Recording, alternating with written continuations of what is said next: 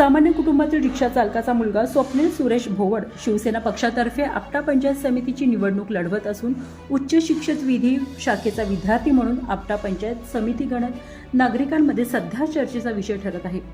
सामाजिक जीवनात शैक्षणिक, आध्यात्मिक, सांस्कृतिक, कला क्रीडा क्षेत्रात उल्लेखनीय कामगिरी केल्यानंतर आपटेकरांच्या आग्रहास्तव ते या निवडणुकीला सामोरे जात आहेत। विकास, आधुनिकता, सतर्कता, पारदर्शकता व सुरक्षितेच्या मुद्द्यावर त्यांनी आपल्या वचनामध्ये अत्यंत अभ्यासू पद्धतीने संवेदनशील भावनेतून प्रचार प्रसारात जनतेशी संवाद साधत असून त्यांना मिळत असलेला सर्व समाज घटकातून प्रतिसाद पाहता विरोधकांचे राजकीय गणित बिघडवण्यासाठी ते कारणीभूत ठरत आहेत। अशा होतकरू विद्यार्थी गणातील उमेदवाराला एकनाथ शिंदे शिवसेना गटातून पक्षश्रेष्ठींच्या माध्यमातून मोठी संधी मिळाल्याने पुढील काळात जनता जनार्दन या युवा उमेदवाराच्या हकेला संधीची साथ देईल का हे भविष्यातील मतदानात नक्कीच सिद्ध होईल। यासाठी उमेदवाराच्या प्रत्येक हालचालींवर नागरिकांचे लक्ष लागत असल्याचे चित्र। नमस्कार, मी स्वप्नील सुरेश भोवड। सर्वप्रथम सर्व भारतवासियांना प्रजासत्ताक दिनाच्या हार्दिक शुभेच्छा। प्रजासत्ताक संविधानिक भाग आहे। डॉक्टर बाबासाहेब आंबेडकरांनी संविधानाची जी महानुभूती जी तयार केली या देशामध्ये, ती सामान्य नागरिकांना हक्क प्रदान करते। ही अनुच्छेदाची जी परिभाषा आहे, त्या परिभाषेत प्रत्येक एक अनुच्छेद हा प्रत्येक नागरिकाला हक्क प्रदान करून देतो। विषय असा आहे की आत्ताच्या ह्या गलिच्छ राजकारणात ती परिभाषा तोडून निघाली।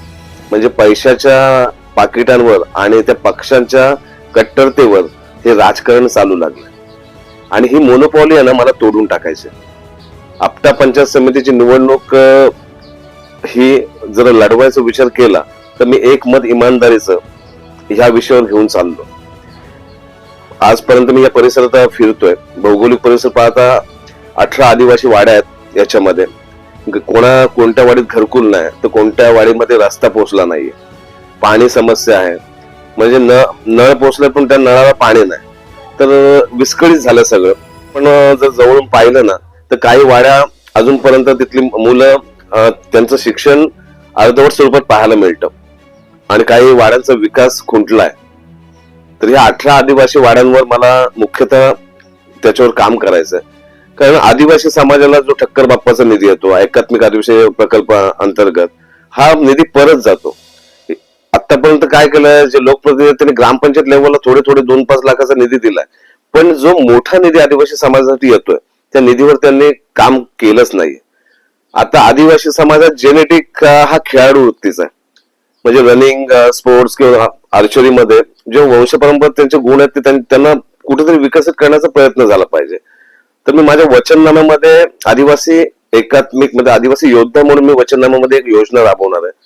त्याच्यामध्ये 18 आदिवासी वाड्यांना एकत्र करून त्यांची एक संस्था, त्यांचाच अध्यक्ष असणार, त्यांची एक संस्था जी लढेल समाजासाठी, ही रजिस्टर करून त्यांच्या मार्फतच निधी उपलब्ध करण्याचा मी प्रयत्न करणार आहे। जर ह्यावेळी ही राजकारणाची परिभाषा तोडून टाकायची असेल तर ह्या पैशाचं पाकिट हे न स्वीकारता आणि त्याच्यानंतर ह्या पक्षाची कट्टरतेचं जे लक्षण आहेत ती न स्वीकारता एक मत फक्त इमानदारीचं द्या।